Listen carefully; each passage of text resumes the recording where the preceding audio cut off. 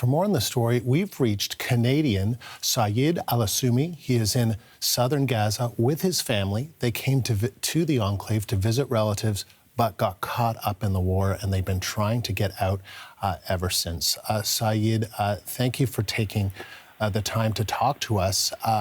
When you heard that the border was opening today and that you might be able to get out, what happened? So we got a call yesterday from Global Affairs, and they told us to just get ready. I didn't know what that meant by, but since we got news this morning, my auntie, she actually called us from outside. She's in Canada. She told us the border opened. And then we went to the border, and they have this list of 50 people that are from, like from Australia, they're from Belgium, they're from New Zealand, like all around the world. So listen. And we checked our names, and sadly, our names were not on that list. And we were confused because we talked to the Canadian government, and they said that we are registered, but the names weren't on there. So we took a big risk to just even go to the border because, like, I don't know, you heard on the news, like the bombing and stuff like that. Mm-hmm. So we came back and we called the government. We called the Canadian government, which was Global Affairs, and they told us hopefully tomorrow. And Said, I want to ask you a little bit more about your experience there, but can I just ask you how old you are and who you're there traveling with? Because you've been there visiting grandparents, right? Mm-hmm. Yeah, I've been there visiting my grandparents. I'm 16 years old. Mm-hmm. I got another brother that's 14, and I got 3 more sisters, which oldest one is 12, and the 2 youngest are 9 and 3.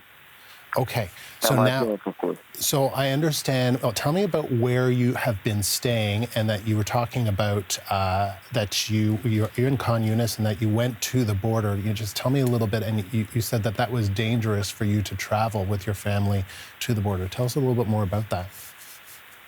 So, about 2 weeks ago, we left. We evacuated again from North Gaza because. They called our neighbors and they told them that they were going to bomb the house. So we, of course, left. We didn't even take anything. All we took was a few bags, no clothes. And we came to Khan Yunis. Then we got a call about the border opening from 12 to 5. We went there and came back. And then we got a call yesterday to get ready. We went to the border and came back. So far, life here is insane because of the ground invasions. All our loved ones are back in the north. And we're trying our best to try to evacuate them. But so far, no one, no taxi, no Uber, nothing is really trying to risk it and go back to the north because over there it's destruction. And what has happened to your family home in the north?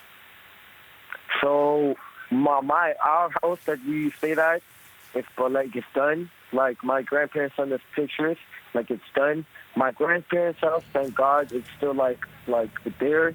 But mostly most of the north is all gone. All houses on the floor. It's destruction.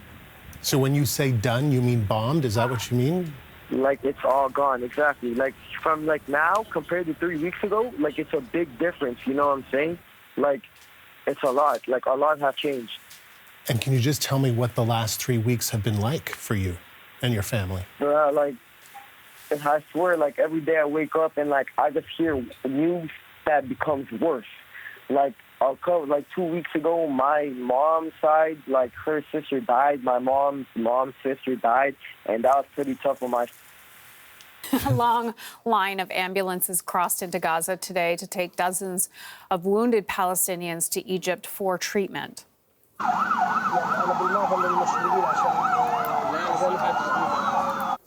Various reports say between 75 and 90 people were transported out of the territory to nearby field hospitals.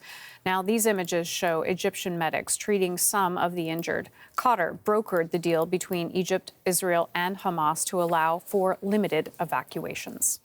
Now, the CBC's Tom Perry is a part of our coverage team in the region. He's in Cairo, where he spoke to Canada's ambassador to Egypt today. He has more on what the ambassador told him about efforts to get Canadians out of Gaza.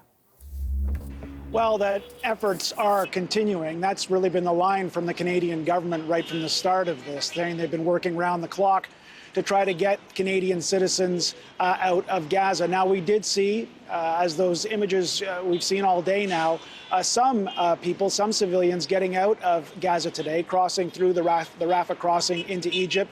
Well, we did see one Canadian among them, a little bit more on that later on, but didn't see officially any Canadians coming out of Gaza today. Saw a lot of other nationalities, also people injured by the Israeli bombardment. So the question became, well, why not Canadians? In speaking to the ambassador, well, the hope is obviously that Canadians are going to be coming out of Gaza in the coming days.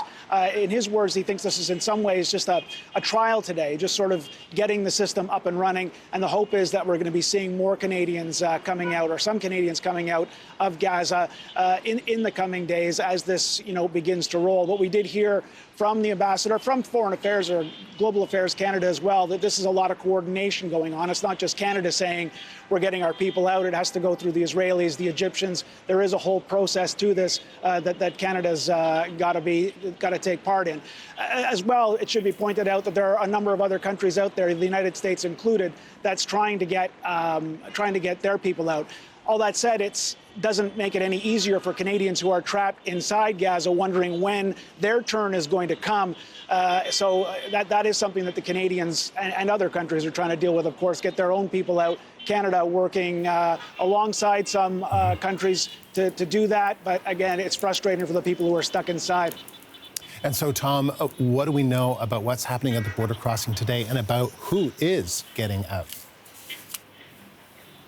Well, as I mentioned, you're getting some people coming out who were injured in the Israeli bombardment, the bombardment that came in response to that brutal attack by Hamas. You're seeing as well some people with dual nationalities from different countries coming out. Now, I said there was no Canadians officially coming out, but Agence France Presse did meet up with a woman at the Rafah crossing, a Palestinian-Canadian woman. She talked about her journey, why she showed up at the border crossing today, and in a sense that it was in part because of communication breakdown within Gaza. Here's some of what she had to say.